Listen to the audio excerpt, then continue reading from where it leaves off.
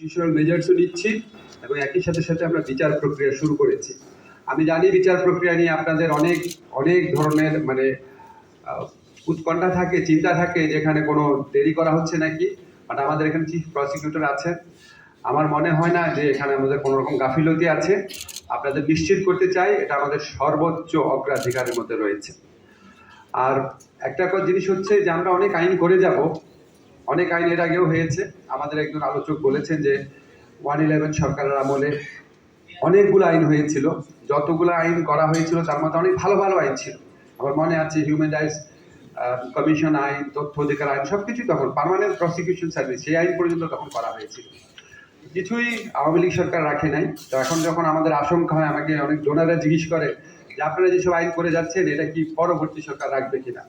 তা আমি বললাম যে পরবর্তী যে সরকার আসবে সে কমপক্ষে 1000 মানুষের রক্তের উপরে গঠিত একটা ফ্রেমওয়ার্কের মধ্যে দিয়ে আসবে।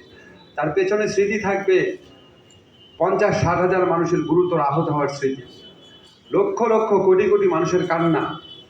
এত বড় একটা লিগেসি বহন করার পর আমাদের পরবর্তী সরকার আমাদের সমস্ত সংস্কার ভুলে যাবে, এটা আমি কল্পনা করতে চাই না, 1 নাম্বার। আর 2 নাম্বার হচ্ছে আপনারা লক্ষ্য করে দেখবেন আমরা সমস্ত সংস্কার প্রক্রিয়াতে, যেটা 111 গভর্নমেন্ট করে নাই, আমরা এই সংস্কার প্রক্রিয়াতে সমস্ত রাজনৈতিক দল এবং স্টেক হোল্ডারদের অন্তর্ভুক্ত করতে চাচ্ছি। এই আশঙ্কা থেকে যে কখনো যেন তারা কেউ বলতে না পারে যে আমার তো এখানে কোনো রকম অংশগ্রহণ ছিল না। এই অংশগ্রহণ নিশ্চিত করার জন্য আমরা বারবার কনসালটেশন করি, এই জন্য মাঝে মাঝে একটু সময় লাগতে পারে, কিন্তু আপনারা অধৈর্য হবেন না।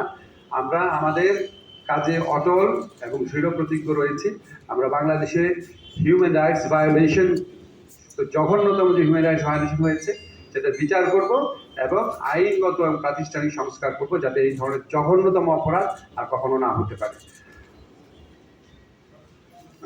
সবাইকে অনেক ধন্যবাদ জানিয়ে, আপনাদের যারা আলোচক আছে আপনাদেরকে বিশেষভাবে কৃতজ্ঞতা জানিয়ে, সাংবাদিক ভাইরা যারা আছেন আপনাদেরকে বিশেষভাবে ধন্যবাদ জানিয়ে আজকের অনুষ্ঠান শেষ করছি।